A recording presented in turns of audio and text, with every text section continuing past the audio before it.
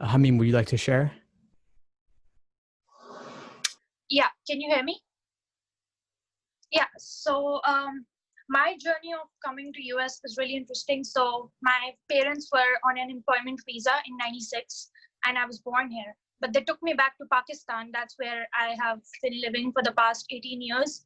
So right after high school, I decided to come back to US to pursue my higher education because I really wanted to make use of my citizenship. And I was like, let me make use of that. So I came all by myself in 2015. I started working in Subway. It was very difficult because I was all pampered back home. I never did anything by myself, and just adapting myself to a new situation was very interesting. And I used to work 35 hours a week, being a full-time student, and I opted for economics as my undergraduate major. The entire journey has been very difficult because my parents didn't get a visa to US while I was doing my undergrad. So I didn't see my family for like straight 3 years because I used to work during summers. I was taking care of myself financially and was not feasible for me to pay $1,000 to see my family because the ticket was really expensive. My parents couldn't attend my graduation because they didn't get a visa. So I was all by myself because I have no family in US. I've been living in a private dorm off campus. So that has been my undergraduate. And right after, so going to law school and pursuing a legal career has always been my dream. And I have also, the video that I issued to Steve for the scholarship thing, it actually defines all the reasons as to why I always wanted to pursue a legal profession. But I think somewhere my priorities kind of changed because I wanted to get some financial stability.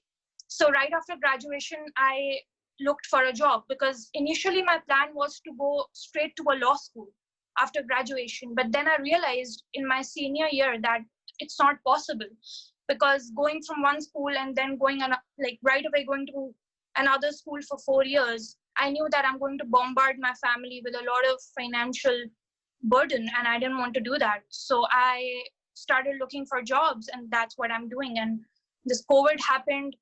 I haven't been getting jobs, and my track of actually preparing for LSAT has been a little bit off track because a lot of people suggested me that I should take tuitions, Princeton Review, Kaplan.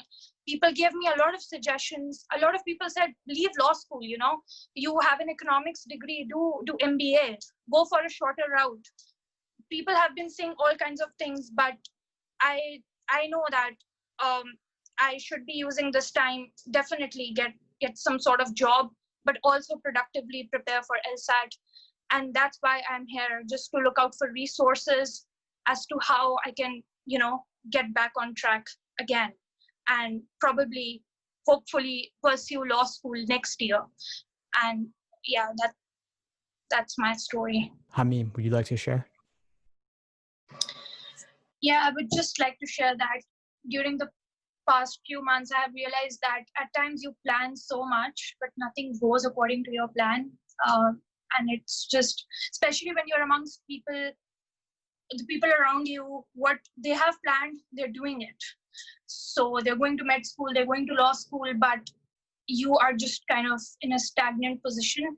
And especially in a position like this, when I'm all by myself, my family is overseas. Like my mother, usually being a supportive mother, she usually tells me that I can still give up and just come back, but I just don't want to because I came here to pursue my dream of being in a legal career in the long run. So it's just, I'm in a paradox. I'm looking for jobs because I want some sort of financial stability, but at the same time, I really want to be intact with my process of going to a law school. I really don't want to leave that, regardless of whoever says whatever.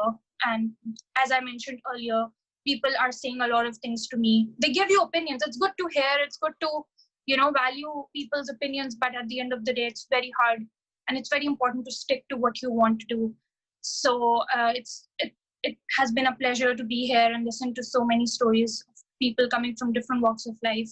And I would like to thank Steve for giving me the opportunity to kind of just express myself because it's very therapeutic, especially given the situation. Thanks for tuning into the show. Please subscribe if you haven't done so already to be notified of new episodes as I release them. And feel free to reach out if you need anything at all as you move forward with your prep. I'm happy to help however I can. In the meantime, I'll wish you all the best and take care.